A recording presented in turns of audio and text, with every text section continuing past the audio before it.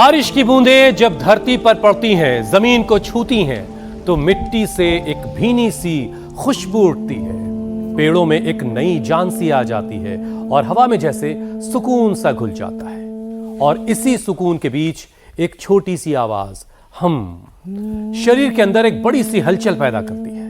जी हां, कुछ सेकंड की हमिंग सेहत के लिहाज से बड़े काम की है। बिल्कुल ठीक कहा आपने हुसैन, क्योंकि हमिंग से नाक के रास्ते नाइट्रिक ऑक्साइड का लेवल तेजी से बढ़ता है।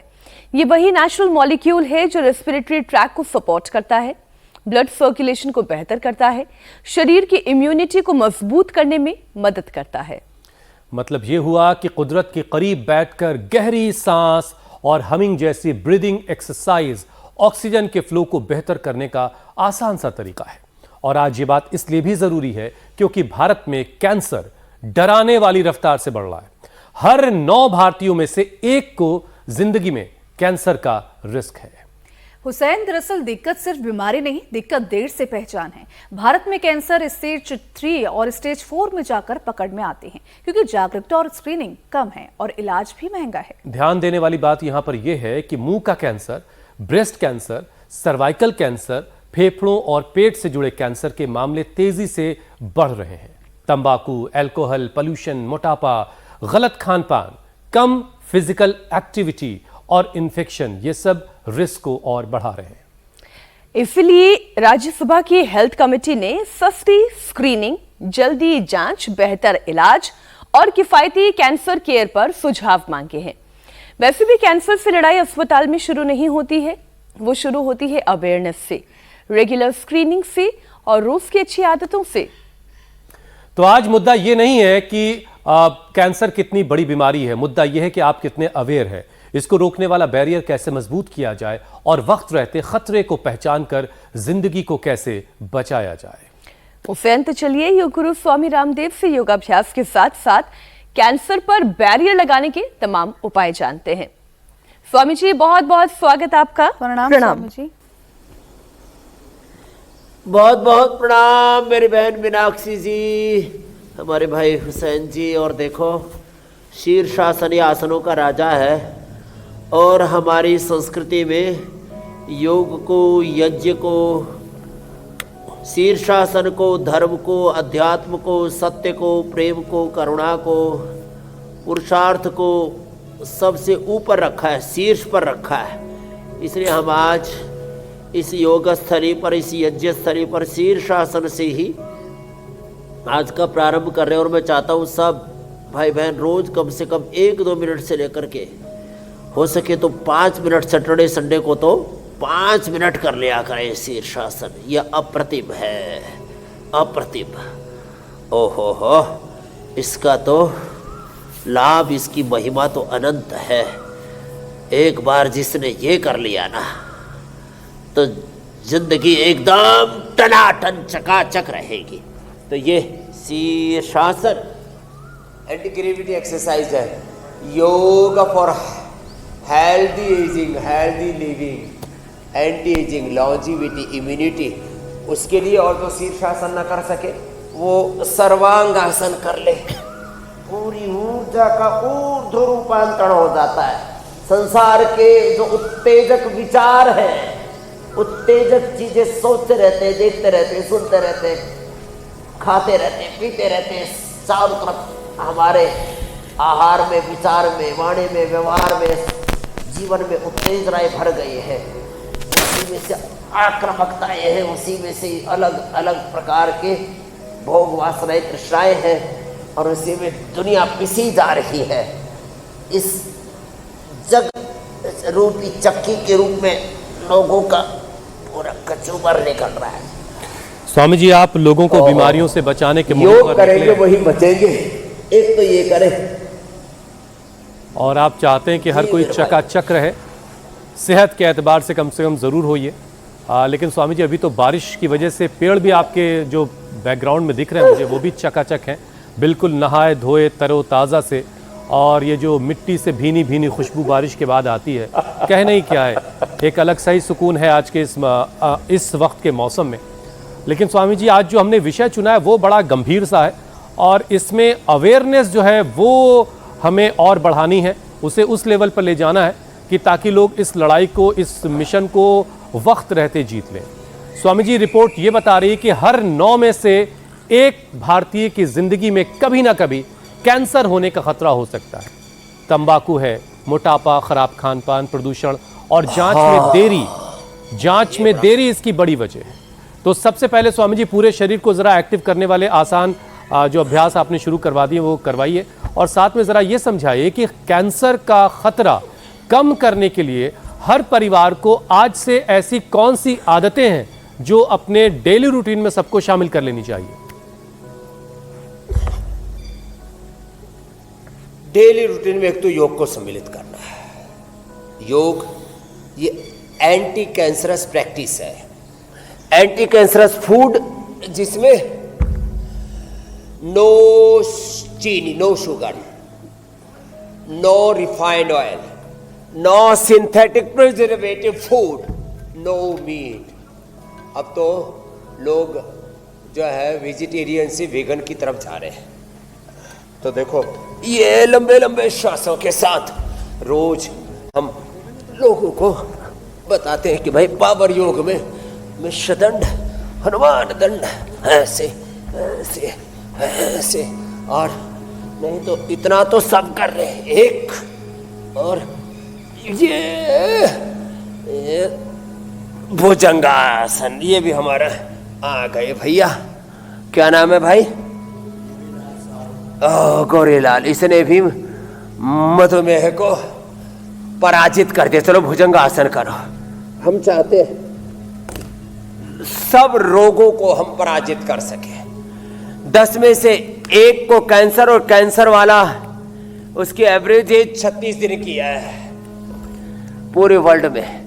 ब्लड कैंसर हो, ब्रेस्ट कैंसर हो, यूट्रस कोलन कैंसर हो, कहीं पर भी आजकल तो ब्रेन ट्यूमर बहुत ज़्यादा हो रहा है। तो देखो योग करेंगे, योग ये कैंसर को पैदा ही नहीं होने देगा। सबसे बड़ा प्रिवेंटिव तत्व है। योग करने से एक तो ये पावर योग वाला हो गया अभ्यास, जो कर सके वो ये भी कर लेना ऐसे ये, और फिर जो कर सके उनसे तो सूर्य नमस्कार भी करा देंगे, नहीं तो कम से कम ताड़ासन से तो शुरुआत करें, होने के बाद तो सूक्ष्म प्राणायाम भी करें। कैंसर किनके शरीर में पैदा होता है? कैंसर के 10 कारण बता रहा हूं। लेस ऑक्सीजन सप्लाई, ये कैंसर का सबसे बड़ा कारण है। लो इम्यूनिटी दूसरा कारण है। रेड मीट ये तीसरा कारण है।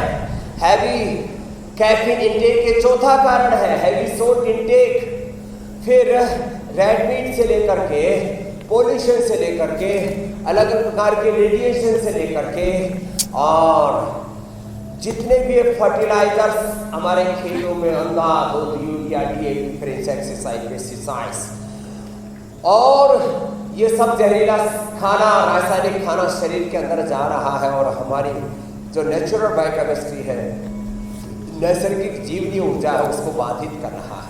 कैंसर का फिर एक बड़ा कारण है जेनेटिक।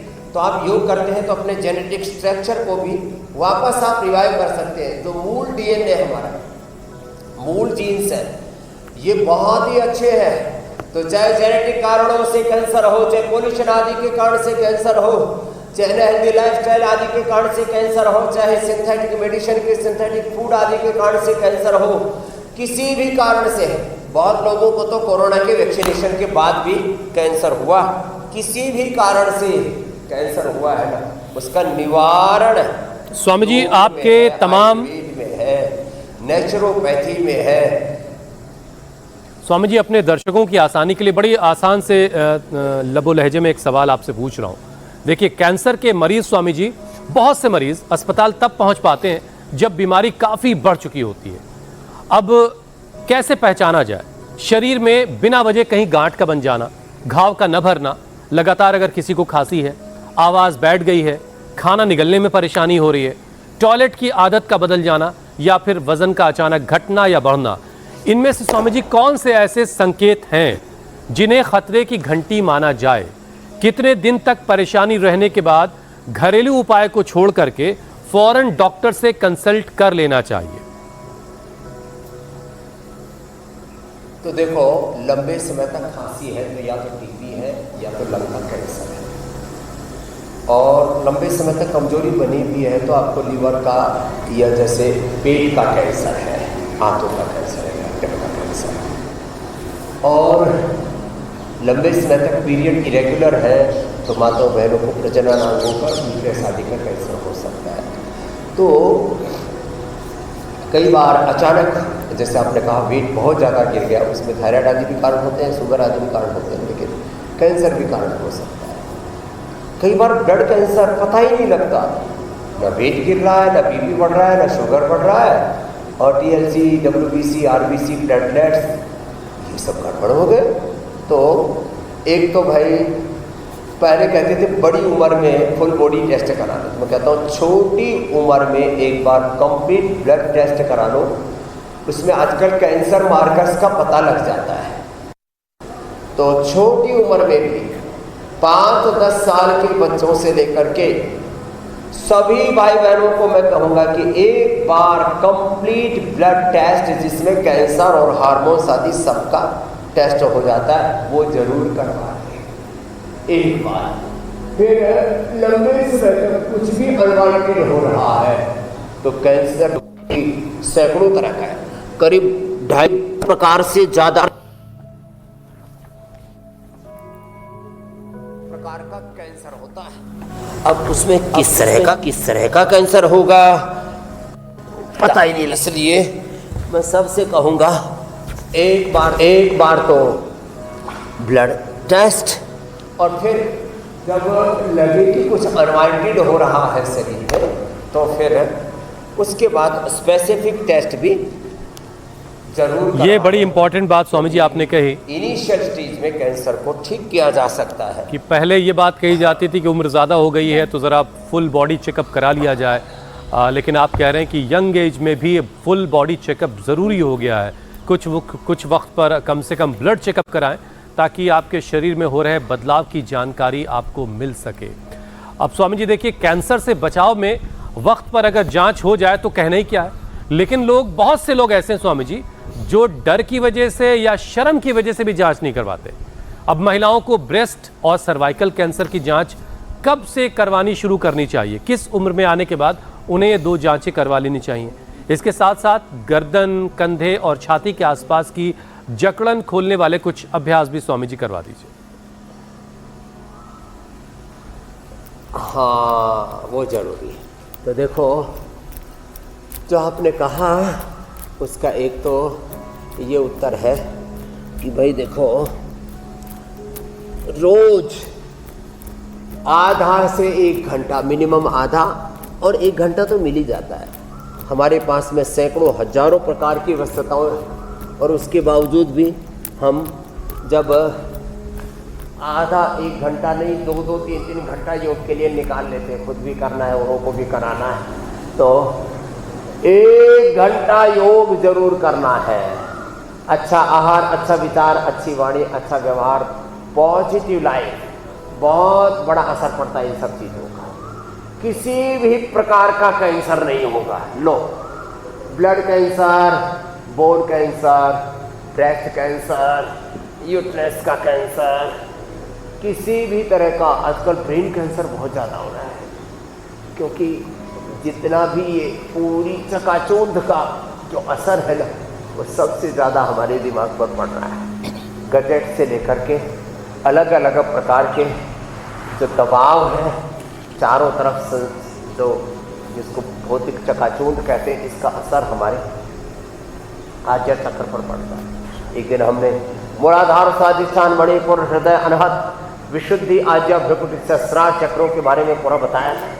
तो एक तो योग करना है 1 घंटे का, और फिर आहार में सुबह सुबह का नाश्ता तो बंद ही कर दें तो अच्छा, इसमें फलाहार अंकुरित लेना शुरू कर दें, और दोपहर का 1 बार का संपूर्ण भोजन, शाम का भोजन 5 से 7 के बीच में, 7 बजे से पहले। और हाँ, इसमें भी जैसे प्रारंभ से मैं बता रहा हूँ, जितना भी अनहेल्दी फूड है चाहे वो सिंथेटिक फूड, प्रिजर्व फूड और सिंथेटिक मेडिसिन, इन सब से तो हमें बचना ही पड़ेगा। Synthetic nutraceuticals, vitamin D, B12, calcium, iron, omega आदि के नाम पर न जाने क्या क्या उलट पुलट, ये जो इंस्टेंट किसी को पावर चाहिए, किसी को इंस्टेंट जो है एकाग्रता चाहिए, फोकस चाहिए, किसी को इंस्टेंट पीस चाहिए। और हाँ, ये जितने भी नशीली चीजें हैं ना, बीड़ी, सिगरेट, शराब से लेकर के, स्वामी जी बस उस पे आने वाला हूँ। लाइट जो नशा है ना, चाय, कॉफी, हाँ, ये तो बहुत ही खतरनाक है। स्वामी जी देखिए, जिस दिशा में आप जा रहे थे उससे जुड़ा सवाल ये है मेरे पास कि ये जो गुटखा है, तंबाकू, पान मसाला, सिगरेट, ये सारी चीज़ें जो हैं मुंह, जीभ और गले के कैंसर का खतरा बढ़ाती हैं। मुंह में सफ़ेद या लाल निशान, बार बार छाले हो जाना, जबड़े का कम खुलना या फिर निगलने में, खाने का निवाला जब आप निगल रहे हैं उसमें तकलीफ शुरू हो जाना।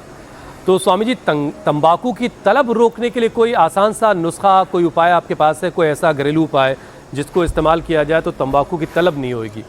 हाँ, एक तो हम पतंजलि ना उसमें पाचक बनाते हैं, तो हरड़े है, हींग है, मेथी दाना है, ये सब बहुत अच्छी चीज़ें हैं। उसमें जो पाचक हरड़े है ना, वो सबसे अच्छा काम करती है अभी तक के हमारे एक्सपीरियंस में। मेथी और हींग आदि भी, और उसमें अजवाइन की गोली भी वो मुंह में डाल लेते हैं ना, उससे तलब हट जाती है। सामान्य रूप से इलायची, सौंफ, थोड़ा उसमें इलायची, सौंफ, थोड़ा सुपारी, हल्का सा उनको सेक करके, थोड़ी लौंग, और उसमें ऐसी चीज़ें मिल जाती है जो लोग मुखवास के लिए, तिल है, सुआ है, बहुत सारी चीज़ें गुजरात और महाराष्ट्र में तो बहुत ज़्यादा प्रयोग करते हैं। तो मुखवास वाली जो चीज़ें हैं ना, मुंह में डाल लेते हैं ना, और आजकल ये मुखवास जो है गुजरात से सबसे ज़्यादा चला, और अब तो पूरे देश में इसका प्रचलन है। ये चीज़ें, और जैसे मैंने कहा, शोधित हरड़े, शोधित हींग, शोधित जो है अजवाइन, मेथी आदि, ये बहुत अच्छा काम करती हैं इस एडिक्शन से बाहर निकलने में। और सबसे तो देखो बड़ी बात है मन का संकल्प। हमने तो अपने दादाजी के, अपने पिताश्री की तम्बाकू और उनका हुक्का, बीड़ी सब छुड़वाई हुई है, और इसमें सबसे बड़ा काम करता है मन का संकल्प। इसलिए मैं तो सबसे कहूँगा, जो भी इन चीज़ों को छोड़ना चाहते हैं ना, तो प्रतिबद्ध होकर के जिस दिन चाहें उसी दिन छोड़ सकते हैं। अरे बीड़ी, सिगरेट, शराब, गुटखा की बात छोड़ो, हमने तो संकल्प किया और घर ही छोड़ दिया। अरे स्वामी जी, और अब बेघर होकर के सबका घर बसाने में लगे हुए सबकी जिंदगी को संकल्प तो स्वामी जी अच्छी बात है, तो मैं लेकिन तो सबसे हर कहूंगा, गली कूचे में, चौक चौराहों पर इतनी आसानी से चीज़ें मिल जाती हैं, और लोग भी राष्ट्र निर्माण के काम में लगे हुए हैं स्वामी जी। अब वो ऊंचे लोग, ऊंची पसंद, लोग कहते हैं कि बारातियों का स्वागत भी उसी से होना चाहिए। स्वामी जी, गुस्ताखी माफ, कभी कुछ ट्राई किया कि नहीं किया आपने? ये ऊंची लोग, ऊंची पसंद वाली चीजें बढ़ाने में लगे हुए हैं। हाँ, वो कहते हैं हमने खाना पीना बंद कर दिया, तो इन सब बीड़ी, सिगरेट, गुटखा बनाने वालों का, दारू बनाने वालों का क्या होगा? तो वो बड़े दयालु बनते हैं, बड़े कृपालु बनते हैं, लेकिन अपनी ज़िंदगी को दांव पर लगा देते हैं। कितने बच्चे अनाथ हो जाते हैं, कितनी माँ बहन बेटियाँ विधवा हो जाती हैं, कितने लोगों की ज़िंदगियाँ तबाह हो जाती हैं। जैसे आपने कहा ना, गुटखा खाते खाते लोगों का मुंह खुलना बंद हो जाता है, मुंह का कैंसर। कोई एक बार देख लेने तो अंदर भयावह दृश्य होते हैं, कोई छू नहीं सकता। फिर गुटखा, मसाला, तम्बाकू आदि। अब किसी किसी की इम्यूनिटी भगवान ने, किसी किसी के जीन्स इतने अच्छे होते हैं, उनको नहीं होता जल्दी, उनको देर में होता तो है एक दिन ना एक दिन। तो लोग फिर क्या होता है, इसका ऐसा तो है नहीं कि मुंह में तंबाकू लिया और तुरंत ये गुटखा, बीड़ी, सिगरेट, पान मसाला, ये सब खाने वाले क्या कहते हैं? जी मेरी बहन, वो ये कहते हैं, ये इस तरीके के नशा जो लोग मुंह में लेकर चलते हैं, वो ये कहते हैं कि देखो फलाने को, वो कौन सा सिगरेट पीता था, वो कौन सा गुटखा, तंबाकू खाता था, उसे तो कैंसर हो गया, मैं खाता हूँ, मुझे कैंसर नहीं हुआ। तो इस तरीके के लोग अजीब अजीब से एग्जाम्पल्स देते हैं और खाने का बहाना ढूंढते हैं। और स्वामी जी, ये वाकई में सच है, कई लोग जो अच्छी दिनचर्या में हैं, उन्हें भी कैंसर हो जाता है, तो चीजें बहुत हैरान करती है।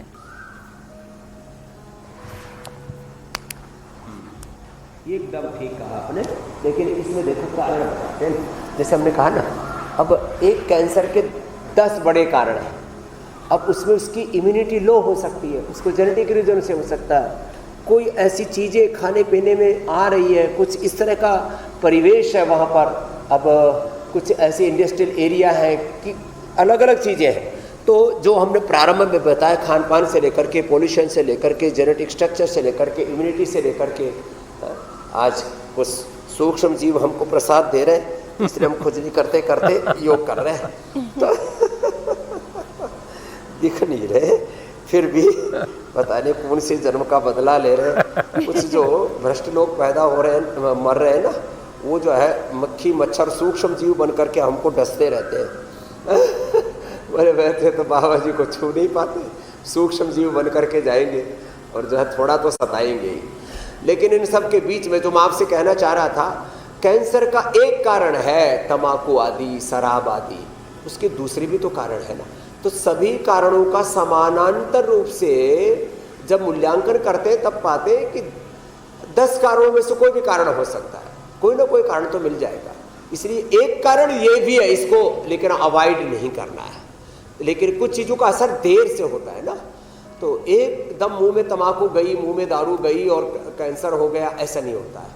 तो कुछ चीज़ों का धीरे धीरे असर होता है हमारे स्ट्रक्चर पर, जीन्स पर, हमारे RNA DNA प्रोटीन फॉस्फोराइलेशन पर। एक मूल बात है, चलो पूरे विज्ञान की बात कर लेता हूँ, जिसको कहते हैं एपोप्टोसिस।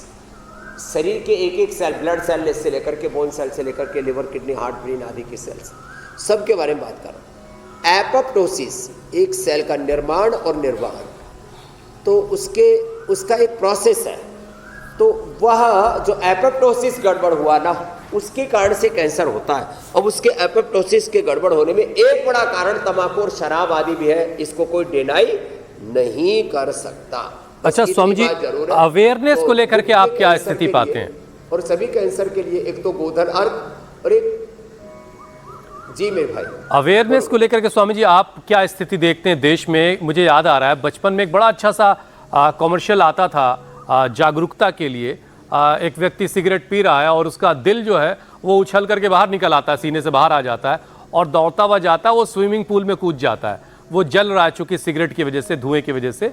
और इसी बहाने घर के बच्चे माँ बाप से डिस्कस करते थे कि, और माँ बाप बच्चों को बताते थे कि भाई सिगरेट पीना कितना खतरनाक है। इस तरह के अवेयरनेस प्रोग्राम या इस तरह के कॉमर्शियल्स आपने पिछले वक्त में कब देखे और आपको लगता है कि इसकी जरूरत है? अब देखो, ये कॉमर्शियल तो बंद ही हो गए। पहले सिगरेट का जो है आपने दिल वाला बताया, फिर वो काला सा जो है वो फिर उसमें से निचोड़ते थे और उसमें पूरा गाद सी निकलती थी, ये सब बंद हो गए। क्यों? सभी गवर्नमेंटें कह रही है सबसे ज्यादा रेवेन्यू आता है बीड़ी, सिगरेट, शराब, तंबाकू, गुटखा से। तो ये जो रेवेन्यू का चक्कर है ना, एक स्वार्थ परता, और उससे ज्यादा फिर नागरिकों के हेल्थ के लिए, लिवर, किडनी फेलियर, कैंसर आदि के उपचार के लिए और पैसा खर्च होता है।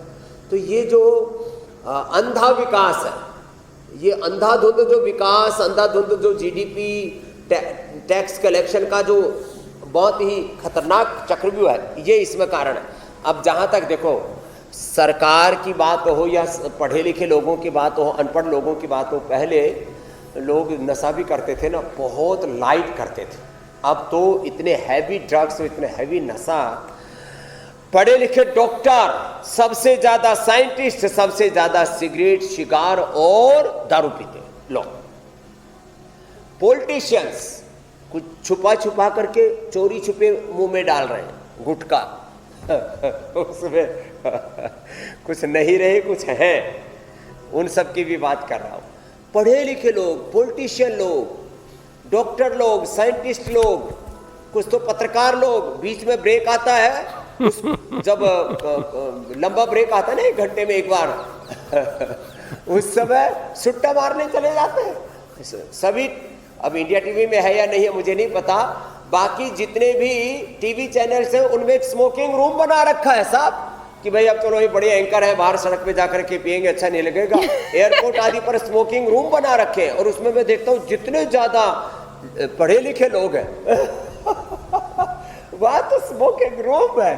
तो ये ये पढ़ाई लिखाई की बात नहीं है, ये असंवेदनशीलता, अजागरूकता, बेहोशी, या यूं कहो अल्हड़पना, या कुछ भी कहो, फिर एक बार उसकी एडिक्शन कहो तो बड़ा मुश्किल होता है ये।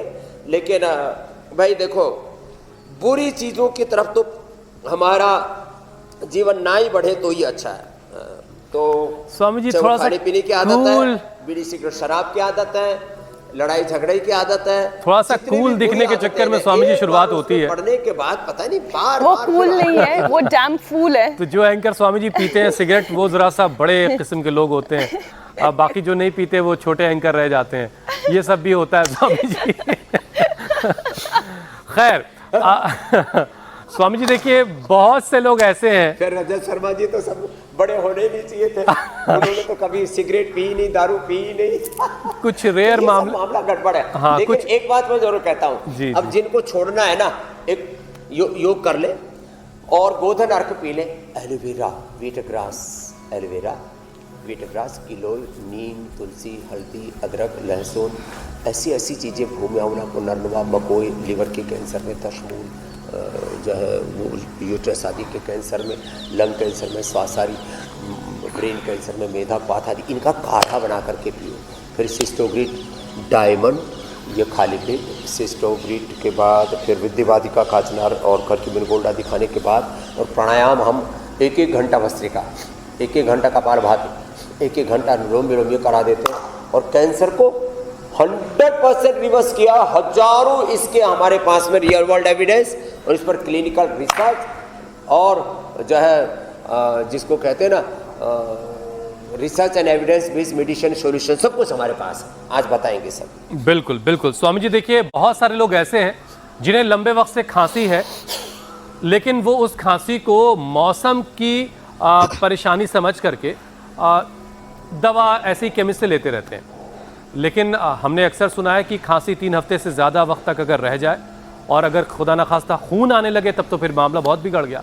सांस फूल रही हो, सीने में दर्द हो, आवाज़ बैठ जाए या वज़न भी साथ में घट रहा है, तो फ़ौरन जो है जांच करवानी चाहिए। छाती खोलने और फेफड़ों की ताकत बढ़ाने के अभ्यास के साथ साथ स्वामी जी ज़रा लोगों को बताइए कि ये जो टीबी वाली खांसी है और आम खांसी के बीच फ़र्क क्या है, और टीबी से आगे मामला कैंसर की तरफ कैसे बढ़ जाता है? एकदम ठीक कहा। इससे एक तो ताड़ासन, जहाँ से शुरुआत किया था भुजंगासन, फिर ये उष्णासन, फिर गोमुखासन, फिर प्राणायाम, फिर श्वासारी क्वास, श्वासारी प्रवाही, श्वासारी अवलेख, च्यवनप्राश, बालप्राश आदि, और फिर खाली पेट कंठामृत और प्रौढ़। ये तो बहुत ही ज़बरदस्त है। ये तो हमेशा मैं अपने सामने ही रखता हूँ। देखो ये आज भी ये सामने ही है, ये रहा कंठामृत ब्रोन को, और फिर भुना हुआ चना और काली द्राक्ष, ये हमने पतंजलि से भी सबको उपलब्ध करा दिया, और अनार पपीता का सेवन। बाकी सब चीज़ें थोड़े दिन के लिए बंद कर दें, एकदम से इंस्टेंट रिजल्ट लो। खांसी भी बंद, और सामान्य खांसी हो, क्रोनिक खांसी हो, क्रोनिक ब्रोंकाइटिस आदि हो, टीबी आदि हो गया है तो थोड़ा सा दूध में हल्दी, शिलाजीत आदि देना पड़ेगा। उसके लिए हमने एक कंटकारी का प्रयोग बताया हुआ है। कटैली, छोटी बड़ी कटैली पूरे देश में खूब मिलती है, बस थोड़ी मात्रा में लेना है, 1 चम्मच से ज़्यादा नहीं लेना। उसमें थोड़ा वासा, थोड़ा बनफसा, वैसे तो मैं बोलता हूँ हल्दी अदरक, वासा, तुलसी और ये पान का पत्ता, फिर ये दमबेल और कंटकारी अवलेह पहले तो इसका बनाते हैं। ये इसमें एंटी कैंसरस प्रॉपर्टी है, एंटी टीबी प्रॉपर्टी है, इसमें बड़ा ज़बरदस्त है। तो ऐसे एक एक तत्व बड़ा गहरा है। तो ब्रोनकोम, श्वासारी और श्वासारी प्रवाही, अवलेह आदि, और हाँ फिर ओरोग्रिट लंग कैंसर में और ब्लड कैंसर में, ब्रेस्ट कैंसर में अप्रतिम भूमिका निभाता है। सिस्टोग्रिट तो खाली पेट लेना है, और ओरोग्रिट ये देखो इधर रखे दोनों, ये खाने के बाद लक्ष्मी विलास संजीवनी भी इसमें देते हैं, और श्वासारी क्वाथ भी पिला देते हैं, और चाहे टीबी हो या कैंसर हो रिवर्स हो जाता है। स्वामी जी एक चीज जरा, बहुत सारे लोगों के मन में ये सवाल होगा, काम ही है अपने भीतर की पावर को एक्टिवेट करना। ये जो तंबाकू वाला जी। धुआं है स्वामी जी, यानी सिगरेट और बीड़ी का या फिर हुक्के का, क्या यही खतरनाक है, या फिर वो लोग जो ऐसी जगहों पे काम करते हैं, ऐसी फैक्ट्रियों में जहाँ बहुत धुआं होता है, या फिर वो लकड़ी का धुआं हो या फिर अलग अलग तरह के केमिकल का धुआं हो, पोल्यूशन तो खैर नुकसान कर ही रहा है, क्या ये जहाँ सारे कोयला का काम बहुत होता है, जहाँ पर ये टीन बनती है ना, इसकी सीमेंट की चद्दरें, वहाँ चूड़ियों के जहाँ पर कारखाने पत्थरों हैं। का बहुत काम होता है। हाँ। जैसे आप ये पत्थर का काम हुआ, इसे देखो इतनी सुंदर ये चिसाला बनी, तो मैंने इनको कहा भाई जो है आप जो है मुंह पर पट्टी बांध करके करो। लोग क्या कहते हैं, अब एक दिन में तो कोई मरता नहीं है। अब जो ये पत्थर का काम करने वाले हैं लंबे समय तक जब इस काम में रहते हैं, 60 साल से ज़्यादा जी नहीं पाते, 50-40 में तो बूढ़े हो जाते हैं। तो ये इन चीज़ों को समझना होगा हमें। तो जहाँ पर बहुत ज़्यादा पॉल्यूशन है, प्लास्टिक की फैक्ट्रियाँ हैं, बहुत ज़्यादा भयंकर केमिकल बनाने वाली फैक्ट्रियाँ हैं, जहाँ बहुत ज़्यादा खदानें हैं, खनन बहुत ज़्यादा होता है, और अलग अलग प्रकार का पॉल्यूशन, और जो दिल्ली आदि में कई दिल्ली के चारों तरफ जो बड़े बड़े 100-200 फीट ऊंचे कचरे के पहाड़ हैं, जहाँ पर बहुत गंदे भयंकर नाले बह रहे हैं। अब वैसे तो ये होना ही नहीं चाहिए, ये सभ्य देश के लिए बहुत शर्मनाक बात है कि गंदे नाले बह रहे हैं, पहाड़ गंदगी के, और उसके चारों तरफ बस्ती, उसमें शड़ांध उठती है। हम तो थोड़ी देर वहाँ रहे हैं तो सिर में दर्द हो जाए, लेकिन लोग वहाँ रहते, उन लोगों को सबसे ज़्यादा टीबी, कैंसर आदि और तमाम तरह के lifestyle disease, skin disease, stress, anxiety, depression और तमाम तरह की प्रॉब्लम्स होने की संभावना रहती है। तो इन चीज़ों से तो बचना ही पड़ेगा। स्वामी जी, अब जो चूड़ियों की अब फैक्ट्री क्या में काम करें, कर रहे हैं, कुछ लोगों की तो मजबूरी है जी, वहाँ रह रहे हैं तो दूसरी जगह जाएगा। मैं यही कह रही थी स्वामी जी, अब जो जी, मेरी फैक्ट्रीज है। में काम कर रहे हैं, पत्थर की खदान में है, कोई चूड़ियों की फैक्ट्री में काम कर रहा है, उनका तो समझ में आता है, उनकी मजबूरी है, वो काम कर रहे हैं क्योंकि वो उनकी रोजी रोटी है, और फिर वहां से बीमारी उनके शरीर में एंट्री कर रही है। लेकिन जो लोग ना योग कर रहे हैं, ना कोई एक्सरसाइज कर रहे हैं, ना कोई खेल खेल रहे हैं, घर में बैठे बैठे वो जो काउच पोटैटो की तरह बस चिप्स चबाए जा रहे हैं, पैक्ड फूड खाए जा रहे हैं, प्रोसेस्ड मीट खा रहे हैं स्वामी जी, तो ये ऐसा तला भुना जला हुआ खाना खाने वाले लोगों की जो आंत और नली दोनों बर्बाद हो रही है कैंसर की वजह से। स्वामी जी, 99% चीजों को जिनको हम टाल सकते हैं उनको टालना चाहिए। मीनाक्षी जी, आप एकदम ठीक कह रहे हैं। और जो लोग ऐसी जगहों पर, जैसे कहा कि जहाँ कैंसर पैदा होने की ज़्यादा संभावना है, पोल्यूशन बहुत ज़्यादा है, रेडिएशन बहुत ज़्यादा है, अरे और तो और छोड़ो, डॉक्टर भी जो रेडिएशन वाले काम में ज़्यादा लगे रहते हैं, उनको भी प्रोस्टेट का कैंसर, ब्लड कैंसर, अलग अलग प्रकार के कैंसर होने की संभावना रहती है। तो बहुत ज़्यादा रेडिएशन के एक्सपोजर में रहते हैं, तो उनको भी 1 घंटा प्राणायाम करके जाना चाहिए घर पे कम से कम। कुछ तो जगह ऐसी मिली जाती हैं जहाँ पर थोड़ा सा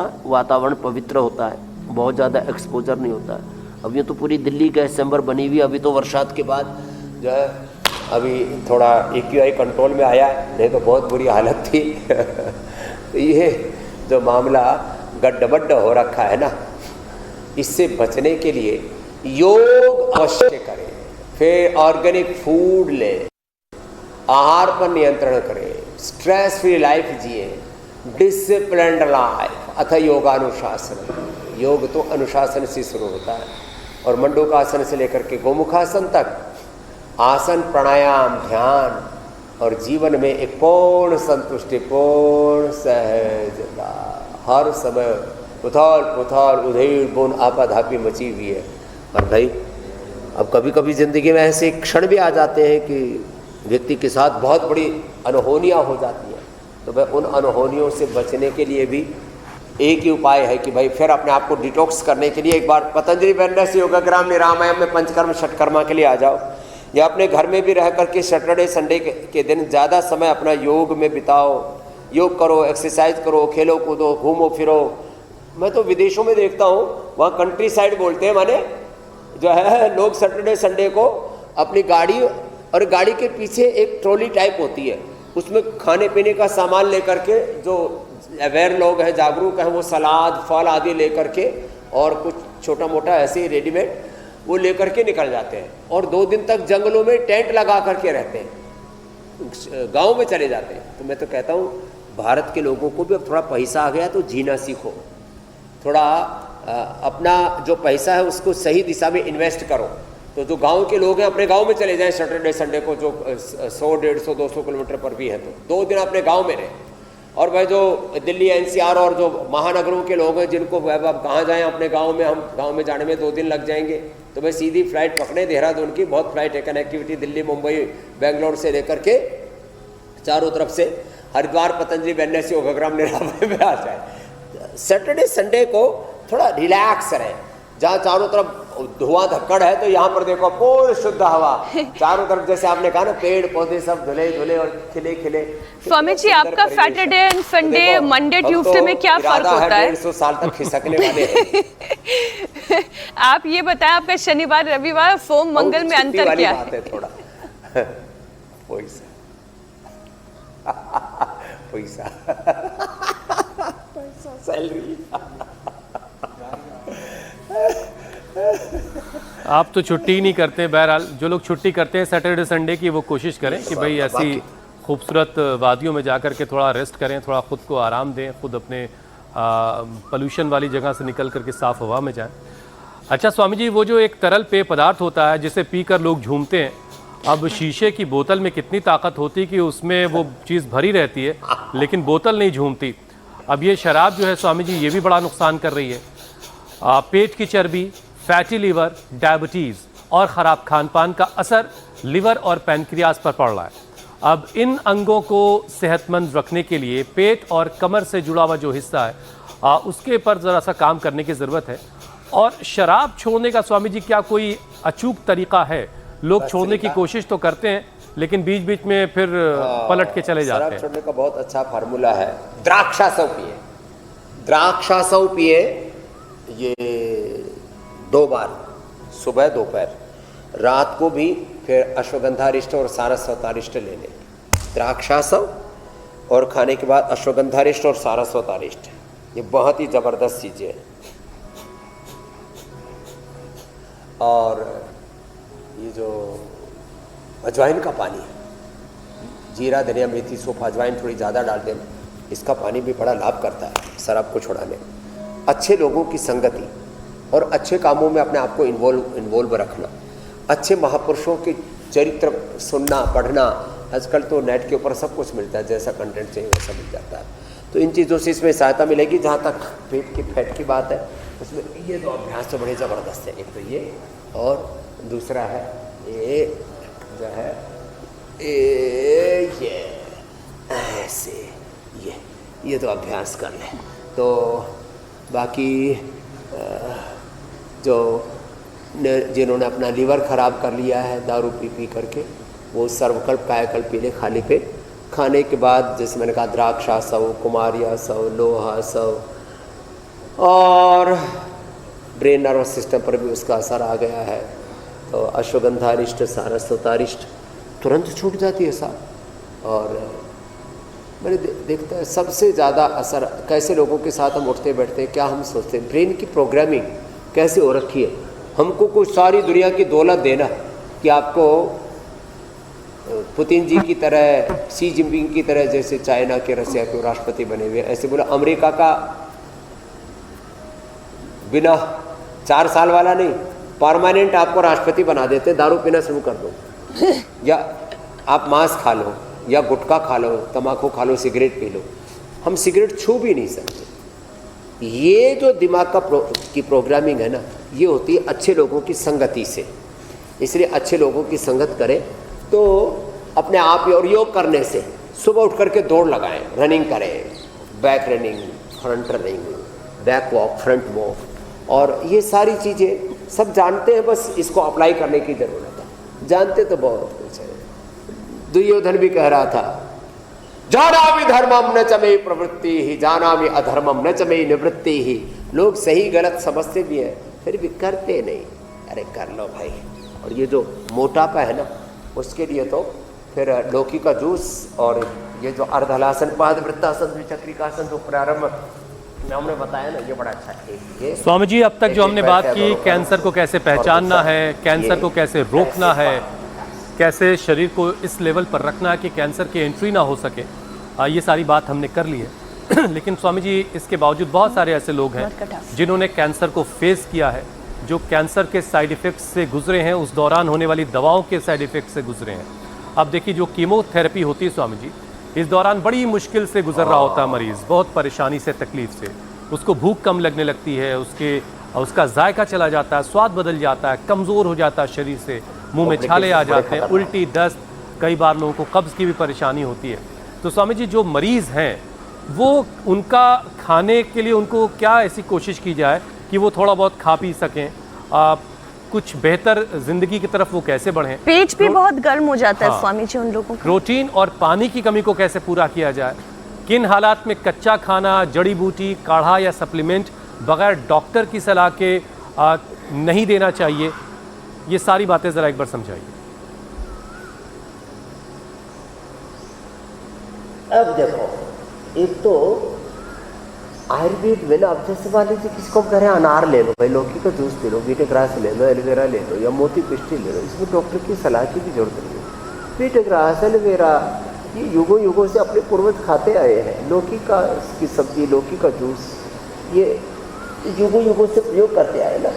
तो जो हीरा भस्म है, शिला सिंदूर है, रसमाणिक्य है, ताम्र भस्म है, इस तरह की जो चीज़ें हैं ना, उनको वैद्य के परामर्श से लेना चाहिए। तो मैं एक तो आयुर्वेद की 3 तरह की दवाइयों की श्रेणी है, जिसका मैंने कहा हरड़ बहेड़ा आंवला है, त्रिफला है, जैसे शुगर के लिए खीरा, करेला, टमाटर का जूस है, लौकी आदि का प्रयोग है। ये सब अनार, गाजर, चुकंदर, हीमोग्लोबिन आदि के लिए एंटी कैंसर जूस जैसे हमने बताया, कोई भी ले सकता। अब जो कॉम्प्लिकेशंस वाली बात है, फिर जो ट्रेडिशनल बहुत ही क्रिटिकल बीमारियों में जो मेडिसिन और research and evidence based medicine, उनकी मात्रा, अनुपान आदि, फिर वो जो है डॉक्टर की सलाह से लेना चाहिए। अब रही बात कैंसर की कॉम्प्लिकेशंस की, तो उसमें बहुत ज़्यादा एक तो हीट बढ़ जाती है। उसके लिए मोती पिष्टी का, मोती पिष्टी, वीटग्रास, एलोवेरा, लौकी, शीशम, पीपल, बेल, दूर्वा, दूधी घास और गोंद कतीरा और जल जबरी, कुछ ऐसी चीज़ें हैं जिनका प्रयोग तो बहुत ही ज़बरदस्त है। माने फिर उसका प्रयोग कर लिया तो ये जो पित्त बढ़ता है बहुत ज़्यादा, शरीर में हीट बढ़ती है, वो एकदम से कम हो जाएगी। मोती पिष्टी आधा से 1 ग्राम रात को उसमें चांदी के बर्तन में ऐसे ही उसको घोल के रख दिया, सुबह पी लिया, सुबह घोल करके शाम को पी लिया, तो मुंह में छाले हो जाते हैं, बाल उड़ जाते हैं। उसके लिए ये करें, केश कांति शैम्पू का प्रयोग करें, केश कांति। स्वामी जी वक्त खत्म हो रहा है, जल्दी से एक सवाल का जवाब और चाहिए। ऑर्गेनिक फूड, आखिर का जो प्राणायाम का सेशन है वो बड़ा ज़रूरी है। कैंसर के मरीजों के लिए सांसों का अभ्यास, भ्रामरी, ध्यान और ओंकार ज़रा करवा दीजिए। लोगों को साफ साफ ये भी बताइए स्वामी जी कि डॉक्टर की सलाह के बिना बायोप्सी, ऑपरेशन, कीमो या रेडियोथेरेपी कभी बंद भी नहीं करनी चाहिए, अपनी मर्जी से बिल्कुल ना काम करें। हाँ, वो अब इसमें 2 बातें हैं हुसैन भाई। क्या होता है, जैसे एक हमारे यादव साहब, उनकी बेटी अब उसके रेडिएशन और कीमो की ओवरडोज से मरी गई। मैंने ऐसे सैकड़ों लोगों को मरते देखा है। अब डॉक्टर क्या कहते हैं कि हम तो अपना प्रयास कर रहे हैं, तो जब आदमी मरणासन्न हो रहा है, 20-20, 30-30 किलो वजन घट गया है, अब वो क्या करेगा? अब लोग कहते हैं बंद मत करो, ये इसके तो इतने कोर्स लेने जरूरी नहीं। भाई ये भी तो देख लो, इसमें ताकत भी है क्या? तो मैं तो डॉक्टरों से हाथ जोड़ करके प्रार्थना करूँगा कि भाई जब आदमी से कीमो की रेडिएशन की डोज झेल नहीं रही है तो उसको बोलो थोड़ा योग भी कर लो, थोड़ा अपने डाइट को भी ठीक कर लो, थोड़ा प्राणायाम कर लो, तो इतना ज़रूर करें। बाकी जो है जो बड़े हेल्थ इश्यूज हैं उसके ऊपर डॉक्टर की राय बहुत ज़रूरी है, चाहे वो एलोपैथी के डॉक्टर हो या आयुर्वेद के डॉक्टर हो। अब रही बात प्राणायाम की, तो उसमें तो किसी की सलाह की ज़रूरत ही नहीं है। लंबे लंबे श्वास लेना और छोड़ना ये बहुत ज़रूरी है। भीतर का सब आड़ कबाड़ बाहर हो जाएगा। भस्त्रिका, कपालभाति, सहजतापूर्वक, अनुलोम विलोम, भ्रामरी, उद्गीत, और जब रेडिएशन केमो चलता है तो हीट बढ़ जाती है, तो शीतकारी और चंद्रभेदी भी